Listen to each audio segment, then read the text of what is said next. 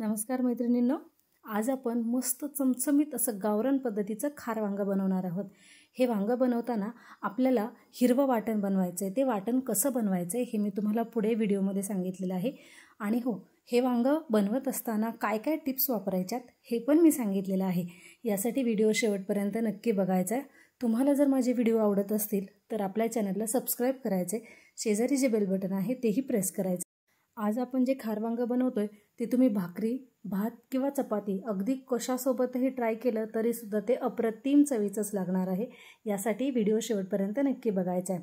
ठीक आहे, आता वेळ न दवडता आपण व्हिडिओला सुरुवात करूया। सर्वात अगोदर आपण यामध्ये सुका मसाला करून घेणार आहोत। त्यासाठी तव्यावर तेल घालून घ्यायचे आणि तीळ, धणे आणि जिरं याचं सुकं वाटण तयार करायचे। मी 2 चमचे तीळ घेतलेले आहेत, 1-1.5 चमचा धणे घेतलेले आहेत आणि अर्धा चमचा जिरं घेतलेलं आहे। जिरं आपण फोडणीमध्ये पुन्हा वापरणार आहे, त्यामुळे जिरं कमी वापरायचे। आता जर तुम्ही जिरं जास्त वापरलं तर ते कडवट होईल। आणि आता सध्या जरा पावसाचे दिवस आहेत, मग पावसाळ्याच्या दिवसामध्ये तीळ खाणं आपल्या शरीरासाठी खूप फायद्याचं असतं, म्हणून आपण यामध्ये तीळही भाजून घेतलेले आहेत। पुन्हा थोडंसं तेल घालून घ्यायचे आणि कच्चे शेंगदाणे भाजायला घ्यायचे आहेत। तव्यावर छान शॅलो फ्राय करून घ्यायचे आहेत। अगदी मंद आचेवरच आपण हा सगळा मसाला भाजून घेणार आहे। सगळा मसाला हा मंद आचेवरच भाजून घ्यायचा आहे, जेणेकरून याची चव अप्रतिम अशी येईल, खमंग अशी येईल। आज आपण खारं वांगं बनवतोय, शिवाय ते हिरव्या मिरचीचं बनवतोय। यासाठी आपण दुसरं साहित्यही वापरणार आहे, पण कोणकोणतं ते पुढे चालून बघायचं। ठीक आहे, आता शेंगदाणे आपले छान भाजून झालेले आहेत। आता आपण यामध्ये सुकं खोबरं घालून घ्यायचे। मी अगदी 2 ते 3 चमचे सुकं खोबरं भाजून घेणार आहे, किसून घेतलेलं आहे। तुम्हाला हवं असेल तर तुम्ही त्याचे काप करून घेतले तरीसुद्धा चालेल, पण किसलेलं खोबरं छान खरपूस भाजून घेता येतं, म्हणून मी ते किसून घेतलेलं आहे।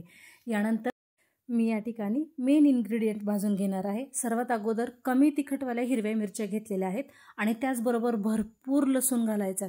लसूण आणि मिरची याचा ठेचा करून आपण जो वापरणार आहे ना, तो अप्रतिम लागतो चवीला। त्याचबरोबर यामध्ये थोड्याशा कोथिंबीरच्या काड्या आणि 4-5 पुदिन्याची पानं आवर्जून घालायची आहेत, ज्यामुळे चव अतिशय खमंग अशी येते।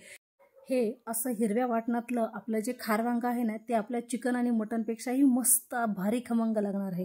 ठीक आहे, आता हा सगळा मसाला थंड पडू द्यायचा आहे, तोपर्यंत आपण वांगी कापून घ्यायची आहेत।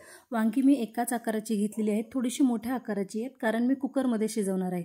पण तुम्ही जर कढईमध्ये शिजवणार असाल तर मग मात्र तुम्ही ती छोटी वांगी बघून घ्यायची आहेत। वांगं कापून झाल्यानंतर त्याचे 4 फोडी करायचे आहेत। कापून झाल्यानंतर त्याला चेक करून घ्यायचे की त्याला आतून किडा वगैरे नाही आहे ना।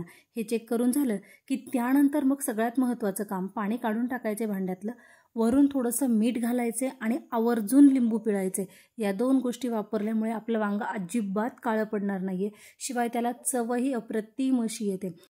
वांगं पाण्यामध्ये भिजत ठेवायचं, लिंबाचा रस, मीठ आणि पाणी यामध्ये भिजत ठेवलं की मग आपण जो काढून ठेवलेला मसाला आहे ना, तो मसाला बारीक करून घ्यायचा। मसाला बारीक करून घेत असताना अजिबात पाणी वापरायचं नाही आहे। जरी समजा वापरावंसं वाटलं तरी 1-2 चमचे पाणी वापरायचे, पण मी पाणी न वापरता तेल वापरून हा मसाला वाटून घेतलेला आहे। तुम्हाला हवं असेल तर पाणी घालू शकता, पण मसाला जर आपण बिना पाण्याचा वाटला तर तो चवीला अप्रतिम असा लागतो। मी तेल घालून वाटून घेतलेला आहे। आता याच मसाल्यामध्ये आपल्याला बाकीचे मसाले घालायचे। सर्वात अगोदर मी 1 चमचाभर गोडा मसाला घातलेला आहे, त्याचबरोबर घरचा जो गरम मसाला आहे तो मी घातलेला आहे। आणि हो, रंग छान यावा ना म्हणून मी अर्धा चमचा बेडगी मिरची पावडर घातलेली आहे, थोडीशी हळद आणि त्याचबरोबर मीठ घालून घ्यायचे। हे सगळे मसाले आणि मीठ आपण या मिक्सरच्या भांड्यातच छान फिरवून घ्यायचे, जेणेकरून मसाले छान एकत्र केले जातील। वाटण तयार झालं की फोडणी द्यायला घ्यायची। कुकरमध्ये सर्वात अगोदर मी 2 चमचे तेल घालून घेतलेलं आहे। तुम्ही तुमच्या आवडीनुसार तेल कमी जास्त करू शकता। आणि यानंतर पाव चमचा मी जिरं घालून घेतलेलं आहे आणि पाव चमचाच हळद घालायची। जिरं आणि हळद कमी कमी घालायची, कारण आपण ती वाटणामध्ये वापरलेली आहे। जर जिरं आणि हळद जास्त झाली तर आपला मसाला कडवट लागणार आहे, वांग्याला तेवढी छान चव येणार नाही। ठीक आहे, यानंतर आपण फोडणीमध्ये हिंग घालून घ्यायचा आवर्जून, चवही छान येते, शिवाय पचायलाही हलका। ओके, आणि त्यानंतर थोडीशी कोथिंबीरची फोडणी देऊन घ्यायची। चव अतिशय सुंदर अशी येते आपण कोथिंबीरची फोडणी दिल्यामुळे, शिवाय रंगही छान येतो। आता यानंतर आपण मिक्सरच्या भांड्यामध्ये जो मसाला वाटून ठेवलेला आहे तो आपण लगेच कुकरमध्ये काढून घ्यायचा आहे आणि तो परतवून घ्यायचा आहे. किती वेळासाठी? आपण पाणी घातलेलं नाही आहे, त्यामुळे परतवून घ्यायला जास्त वेळ लागत नाही. 15 ते 20 मिनिटातच आपलं हे वांगं बनवून तयार होणार आहे. ठीक आहे. 3 ते 4 मिनिटामध्ये त्याला छान तेल सुटतं. तेल सुटेपर्यंत आपण आपला मसाला छान परतवून घ्यायचा आहे. मीठ आत्ता घालायचं नाही, कारण आपण मीठ वाटण बनवत असतानाच घालून घेतलेलं आहे. आता आपण यामध्ये वांगी घालून घेणार आहे.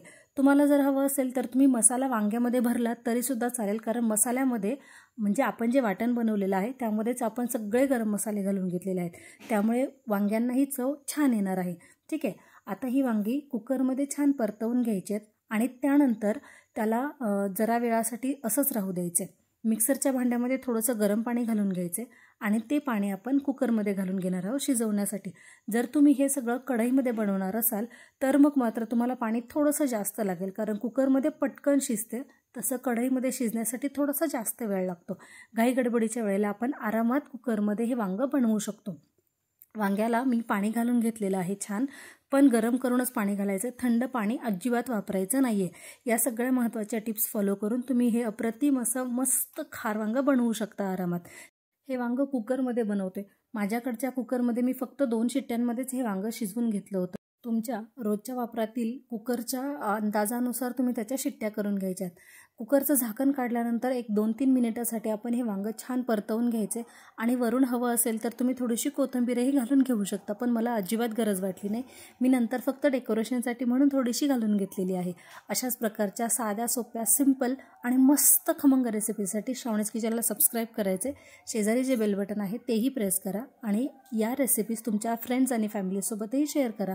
आणि हो, आजचा व्हिडिओ आवडला की नाही ते मला कमेंट करून सांगा. धन्यवाद.